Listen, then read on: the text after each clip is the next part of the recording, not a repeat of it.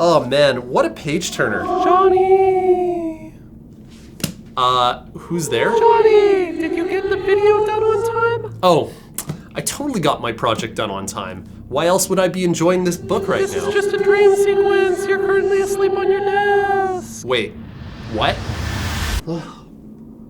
Oh, did I fall asleep again? I hate it when that happens. Well, hey guys, today we're going to be taking a look at how to make a dreamscape right in FilmoraPro. Is my hair all right?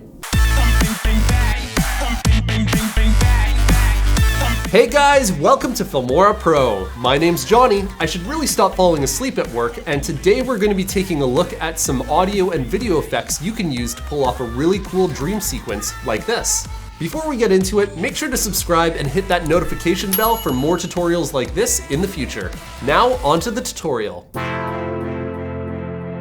The sky's the limit when it comes to shooting dream sequences. You could shoot some really trippy green screen stuff, but I decided to keep things simple and just shoot a medium shot of myself. But I did decide to add a little bit of otherworldliness to the shot by casting a multicolored light on myself. The rest was done in FilmoraPro. Once you import your footage into FilmoraPro, drag it into the timeline.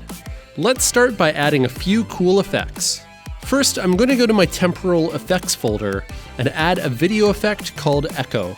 This will overlay copies of my video offset from different times. I'll set the echo time to about -0.2 seconds, number the echoes to 3, starting opacity to 0.35, and let's set the decay to 0.5. Let's set the blend to average. Next, I'm going to add a diffuse effect to make everything look relatively dreamy looking. I'm going to use the preset Soften. And if we look at it so far, it looks pretty good. But I think we can take this effect a little bit further. Let's duplicate our clip with Ctrl or Command C to copy it, and then Ctrl or Command V to paste it. And we'll select the Create New Track option so it pastes on the track above. Next, I'm going to remove the diffuse effect from the bottom clip, and I'm going to instead add a blur effect. We'll want to keep this effect relatively tame and dial it in at about 24. On our top clip, let's grab the ellipse mask tool and drag an area around my face, since it's the focal point of this dream sequence.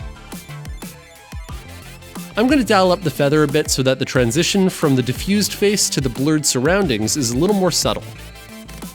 Finally, on the bottom clip, let's add a chromatic aberration effect. I'll dial in the values at about 10% distance, 1% strength. We'll check Use Lens, set the lens radius to about 200, and make sure that the channels are set to red and blue. Honestly though, the options are limitless, and I encourage you to mess around with different effects and see if you can make things even weirder. Next, let's move on to audio. To really hammer home the fact that you're showing a dream sequence, it can help to use a few audio effects. For my dialogue, I have the audio of myself on camera, as well as some voiceover I did pretending to be the other voice. Here's what it sounds like without any effects. Oh man, what a page turner. Johnny! Who's there? Johnny! Did you get the video done on time? Oh, I totally got my project done on time. Why else would I be enjoying this book right now? This is just a dream sequence. You're currently asleep on your desk. Wait, what? So, I'm going to start with the dialogue that I did on camera. I'm going to mute the voiceover track for now. For the on-camera dialogue, let's add an echo effect.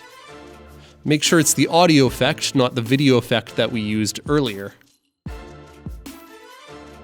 I'm going to dial this effect way down by lowering the fall-off value to about 20%. Next, let's unmute the voiceover track, and because this is a much more disembodied voice, I want to give it a way more ghostly sound. There's a cool technique called reverse reverb, which you can achieve by combining a few effects in FilmoraPro. On our voiceover audio clip, let's first add an audio reverse effect. Next, let's drag a reverb style effect like large room or cathedral onto the clip. Finally, let's add one more audio reverse effect. Now the voice will sound like this. Oh man, what a page turner. Who's there? Johnny, did you get the video done on time? Oh, I totally got my project done on time. Why else would I be enjoying this book right now? It's just a dream sequence. You're currently asleep on your desk. Wait, what? Pretty cool, huh? So, that was a look at how you can create a dream sequence effect. Are there different effects that you would put in your dream sequence? Let us know in the comments down below. Don't forget to subscribe, and remember, there's no limit to what you can make.